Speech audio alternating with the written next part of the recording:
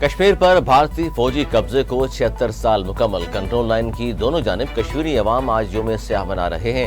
27 اکتوبر 1947 کو مقبوضہ علاقے پر بھارتی فوج کی جارحیت تو 5 اگست 2019 کو مودی کی فسطائی بھارتی حکومت کی طرف سے جموں کشمیر کی خصوصی حیثیت کی منسوخی کی مذمت کے لیے آج مقبوضہ کشمیر میں مکمل ہڑتال ہے۔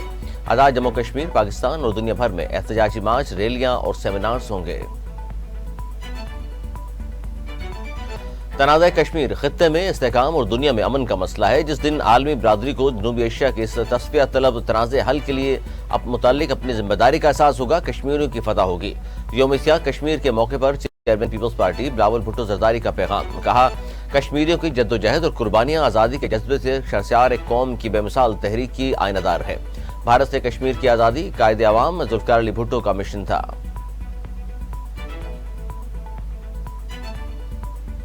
چیئرمین پی ٹی آئی کی سائفر کیس میں درخواست ضمانت مسترد۔ چیف جسٹس اسلام آباد ہائی کورٹ عامر فاروق نے درخواست ضمانت پر محفوظ فیصلہ سنا دیا۔ عدالت نے چیئرمین پی ٹی آئی کی اخراج مقدمہ کی درخواست بھی خارج کر دی۔ مرو یا مارو، پاکستان اور جنوبی افریقہ کا میچ اہم ترین صورتحال اختیار کر گیا۔ ورلڈ کپ میں پاکستان اور جنوبی افریقہ کی ٹیمیں آج مد مقابل ہوں گی۔ میگا ایونٹ کے اہم میچ کے لیے پاکستانی ٹیم نے چنائی میں پریکٹس کی۔ قومی ٹیم خامیوں کو دور کر کے جیت کے لیے پرعزم۔ میچ دوپہر 1:30 بجے شروع ہوگا۔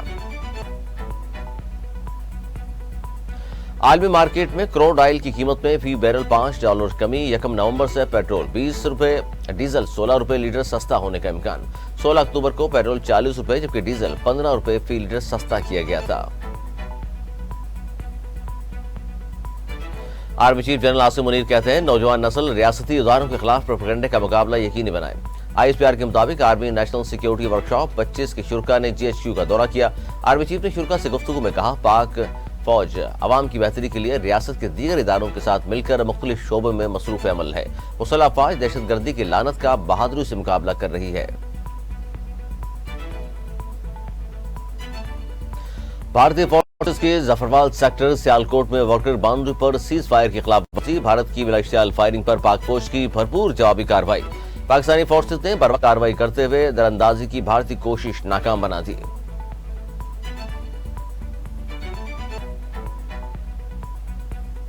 اور اگر اسرائیل نے غزہ میں جنگ جاری رکھی تو واشنگٹن بھی نہیں بچ سکے گا۔ ایران نے امریکہ کو خبردار کر دیا۔ ایرانی وزیر خارجہ حسین امیر عبدالنہان کہتے ہیں فلسطین میں نسل کشی کا انتظام کرنے والے ان امریکی سیاستدانوں سے صاف کہتا ہوں ہم خطے میں جنگ بندی کی توسیع کا خیر مقدم نہیں کرتے۔ اگر غزہ میں نسل کشی جاری رہی تو واشنگٹن بھی اس آگ سے نہیں بچ سکے گا۔